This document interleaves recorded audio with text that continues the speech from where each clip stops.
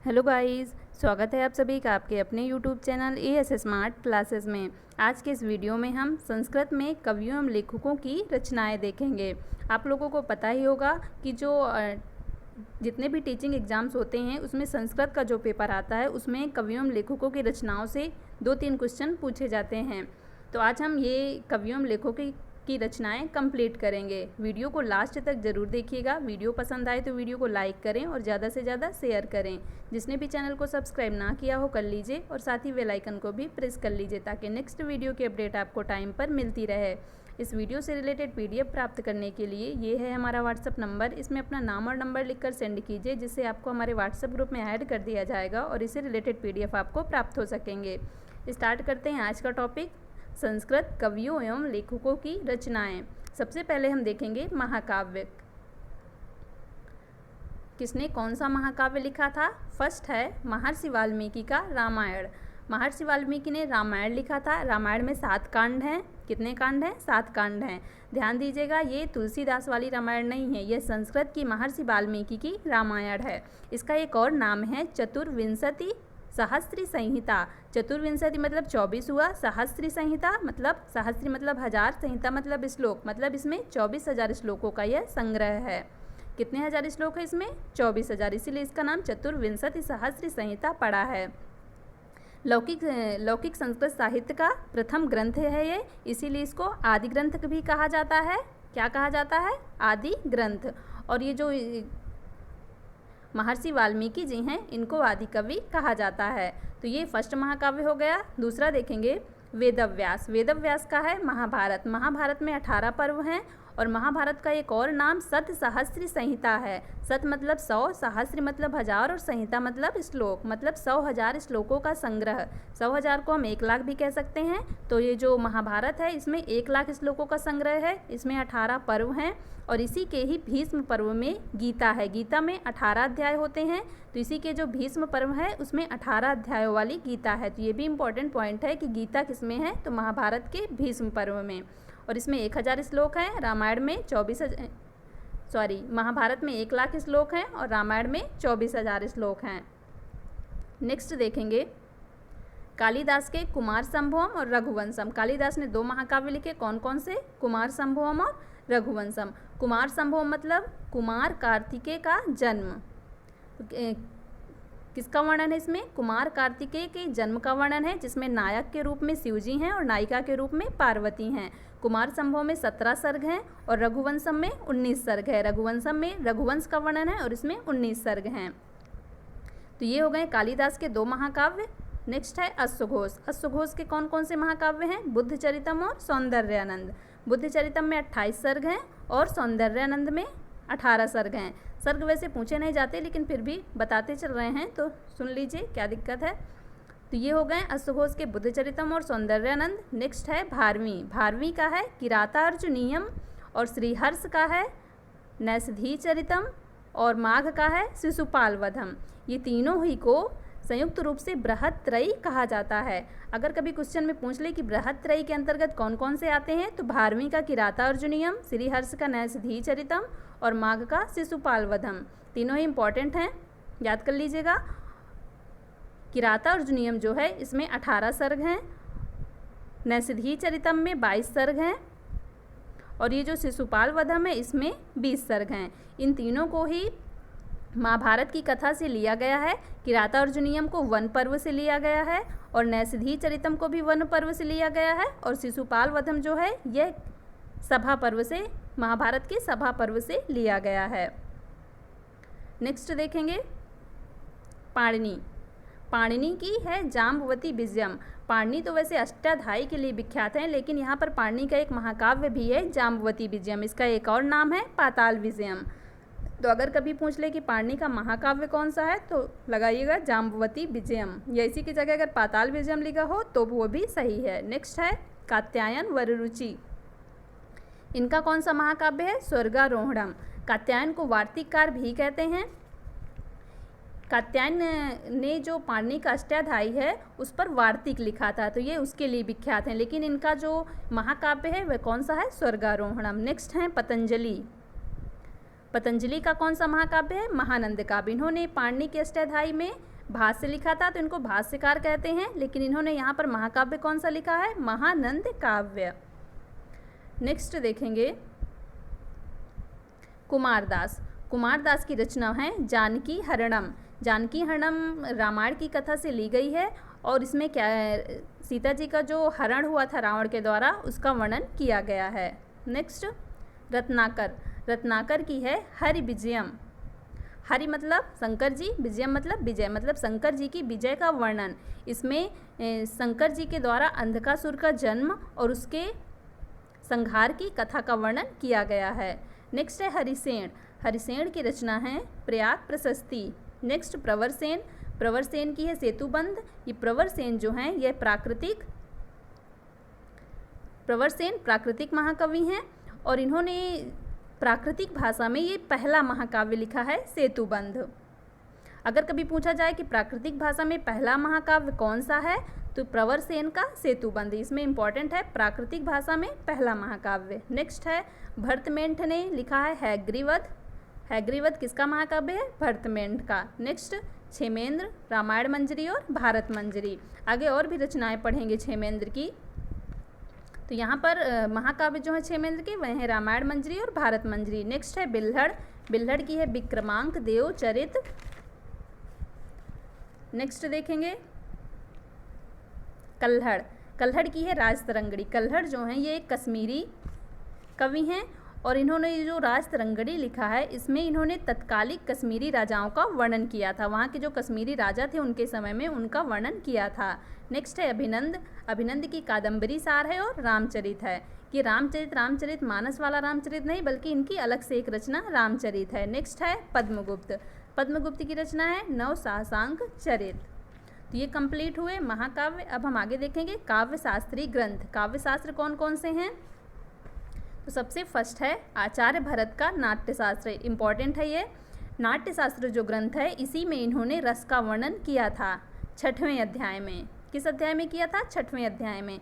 कई बार ये क्वेश्चन किया जाता है कि रस का वर्णन किस ग्रंथ में किया गया है? तो नाट्यशास्त्र में। नाट्यशास्त्र किसका है? आचार्य भरत का। और कभी पूछा जाए कि कौन से अध्याय में किया गया था नाट्यशास्त्र के, तो 6वें अध्याय में। कंप्लीट हुआ ये। नेक्स्ट देखेंगे भामा। भामा की है काव्यालंकार। दंडी की है काव्यादर्श। ये काव्य शास्त्री ग्रंथ हैं सब। आनंदवर्धन का ध्वन्यालोक। आनंदवर्धन का ये जो ध्वन्यालोक है ये भी इम्पॉर्टेंट है। इसमें ध्वनि पर संपूर्ण चर्चा की गई है। नेक्स्ट है राजशेखर। राजशेखर की है काव्य मीमांसा। नेक्स्ट देखेंगे धनंजय और धनिक। धनंजय और धनिक का काव्य शास्त्री ग्रंथ जो है वह कौन सा है? 10 रूपक। नेक्स्ट भोजराज। भोजराज का है सरस्वती कंठाभरण और श्रृंगार प्रकाश। ये जो श्रृंगार प्रकाश है ये सबसे बड़ा काव्य शास्त्री ग्रंथ है। क्या है ये? सबसे बड़ा काव्य शास्त्री ग्रंथ है। नेक्स्ट क्षेमेंद्र। क्षेमेंद्र की है औचित्य विचार चर्चा और कवि कंठाभरण। जैसे अभी पीछे आपको बताया गया कि क्षेमेंद्र की 2 रचनाएं वहाँ पर बताई गई थी, रामायण मंजरी और भारत मंजरी। वो क्या थे? महाकाव्य थे। अब यहाँ पर काव्य शास्त्री ग्रंथ जो हैं क्षेमेंद्र के वह हैं औचित्य विचार चर्चा और कवि कंठाभरण। नेक्स्ट देखेंगे मम्मट। मम्मट का काव्य प्रकाश, यह भी इम्पॉर्टेंट है। मम्मट का ये जो काव्य प्रकाश है यह काव्य शास्त्री ग्रंथों में सबसे प्रसिद्ध रचना है। क्या है? सबसे यह प्रसिद्ध रचना है। नेक्स्ट हेमचंद्र की काव्यानुशासन है। नेक्स्ट रामचंद्र और गुणचंद्र का नाट्य दर्पण है। नाट्य दर्पण किसकी रचना है? तो रामचंद्र और गुणचंद्र की। जयदेव की है ध्वन्यालोक। जयदेव जो है ये गीत गोविंद रचना के लिए प्रसिद्ध है, लेकिन यहाँ पर इनका काव्य शास्त्री ग्रंथ है चंद्रालोक। नेक्स्ट है विश्वनाथ का साहित्य दर्पण। साहित्य दर्पण जो है ये भी एक प्रसिद्ध रचना है या इम्पॉर्टेंट कह सकते हैं इसे भी। ये भी एक इम्पॉर्टेंट रचना है विश्वनाथ का साहित्य दर्पण। नेक्स्ट देखेंगे अप्पे दीक्षित। अप्पे दीक्षित की रचना है कुवलयानंद। जगन्नाथ रसगंगाधर। रसगंगाधर भी एक इम्पॉर्टेंट रचना है। रसगंगाधर किसकी है? जगन्नाथ की। आगे देखेंगे नाट्यशास्त्र ग्रंथ। अब काव्यशास्त्र कंप्लीट हुए, महाकाव्य कंप्लीट हुए। अब देखेंगे नाट्यशास्त्र ग्रंथ। तो सबसे फर्स्ट है भास। भास जो हैं इन्होंने कई नाट्यशास्त्र ग्रंथ लिखे हैं, लगभग 13 थे इनके नाट्यशास्त्र ग्रंथ। देखते हैं यहाँ पर प्रतिज्ञा, यौगंध नारायण, स्वप्न वासवदत्तम, प्रतिमा नाटकम, अभिषेक नाटकम, अविमार्कम, बालचरितम, चारुदत्तम, पंचरात्रम, दूतवाक्यम, कर्णभारम, उरुभंगम, दूधघटोत्कचम, मध्यम व्यायोगः। तो इनका जो ये स्वप्न वासवदत्तम है यह इनकी एक प्रसिद्ध नाटक है, इसमें 6 अंक हैं। और इनका जो ये प्रतिज्ञा यौगंध नारायण है इसमें भी 6 अंक हैं। तो ये सबसे प्रसिद्ध इनका नाटक कौन सा है? स्वप्न वासवदत्तम। इसके बाद ये जो 2 प्रतिमा नाटकम और अभिषेक नाटकम हैं ये दोनों रामायण की कथा पर आश्रित हैं, रामायण की कथा से लिए गए हैं। उसके बाद जो ये दूतवाक्यम, कर्णभारम, उरुभंगम, दूधघटोत्कचम, मध्यमा वेगम, ये जो 5 इनके नाटक हैं ये लिए गए हैं रामायण की कथा से। तो ये महाभारत की कथा से लिए गए। ये लास्ट वाले जो 5 हैं ये महाभारत की कथा से रिलेटेड हैं। प्रतिमा नाटकम, अभिषेक नाटकम रामायण की कथा से रिलेटेड हैं। नेक्स्ट देखेंगे शूद्रक मृच्छकटिकम। मृच्छकटिकम किसकी रचना है? भी कई बार पेपर में पूछी जा चुकी है, तो यह है शूद्रक की। नेक्स्ट कालिदास। कालिदास के देखिए यहाँ पे 3 प्रसिद्ध नाटक हैं, अभिज्ञान शाकुंतलम, मालविकाग्निमित्रम और विक्रमोर्वशीयम। ये जो अभिज्ञान शाकुंतलम है इसमें नायक दुष्यंत और नायिका शकुंतला हैं। तो इसमें दुष्यंत और शकुंतला की प्रेम कथा का वर्णन किया गया है। और ये जो मालविकाग्निमित्रम है, मालविकाग्निमित्रम इसमें 7 अंक हैं और यह इनका बहुत ही प्रसिद्ध नाटक है। मालविकाग्निमित्रम सबसे इनका प्रसिद्ध नाटक है। और नेक्स्ट है विक्रमोर्वशीयम। इसके बाद नेक्स्ट देखेंगे विशाखा दत्त। विशाखा दत्त की मुद्रा राक्षस है, कई बार पेपर में ये भी पूछी जा चुकी है, प्रसिद्ध नाटक है ये। तो विशाखा दत्त का मुद्रा राक्षस। नेक्स्ट हर्षवर्धन। हर्षवर्धन की 3 रचनाएं हैं, प्रियदर्शिका, रत्नावली और नागानंद। नागानंद जो है ये एक नाटक है और प्रियदर्शिका और रत्नावली नाटिका हैं। क्या है? नागानंद नाटक और प्रियदर्शिका और रत्नावली नाटिका हैं। रत्नावली जो है इसमें उदयन की कथा का वर्णन है। नेक्स्ट भवभूति।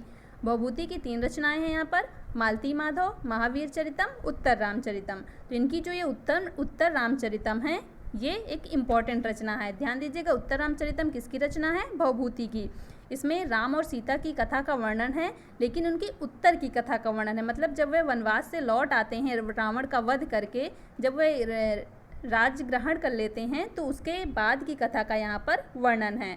उनका आना और सीता जी का अयोध्या से निकाला जाना, इन सभी चीज़ों का यहाँ पर वर्णन है। तो उत्तर रामचरितम किसकी है? भवभूति की। नेक्स्ट है अश्वघोष। अश्वघोष की रचना है सारीपुत्र प्रकरण। राजशेखर की रचना है कर्पूर मंजरी, बाल रामायण। जयदेव की है प्रसन्न राघव और बाण भट्ट की है पार्वती परिणय, मुकुट ताड़ितम। भट्ट नारायण की है बेड़ी संहारम। तो यहाँ पर कौन कौन सी इंपॉर्टेंट हुई? हर्षवर्धन की प्रियदर्शिका, रत्नावली, नागानंद। भवभूति की उत्तर रामचरितम इम्पॉर्टेंट है। अब नेक्स्ट आगे देखेंगे गद्य काव्य। नाट्यशास्त्र कंप्लीट हुए, अब देखेंगे गद्य काव्य।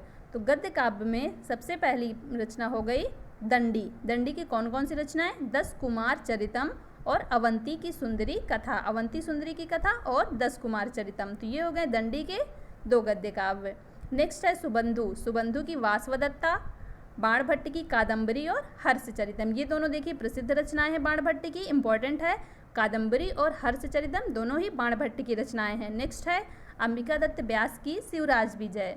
अब इसके बाद देखेंगे खंड काव्य या गीति काव्य रचनाएं कौन कौन सी हैं? तो कालिदास की हैं ऋतु संहारम और मेघदूतम। ये भी देखिए कालिदास की बहुत सारी रचनाएं हैं, ये बहुत ही संस्कृत के प्रसिद्ध हैं। तो इनकी कौन सी गीति काव्य या खंड काव्य हैं? ऋतु संहारम और मेघदूतम। नेक्स्ट है भर्तहरि की नीति शतकम, श्रृंगार शतकम, वैराग्य शतकम। शतकम जिसमें है कौन सी हो गई? किसकी? भर्तहरि की। नेक्स्ट जयदेव की गीत गोविंद।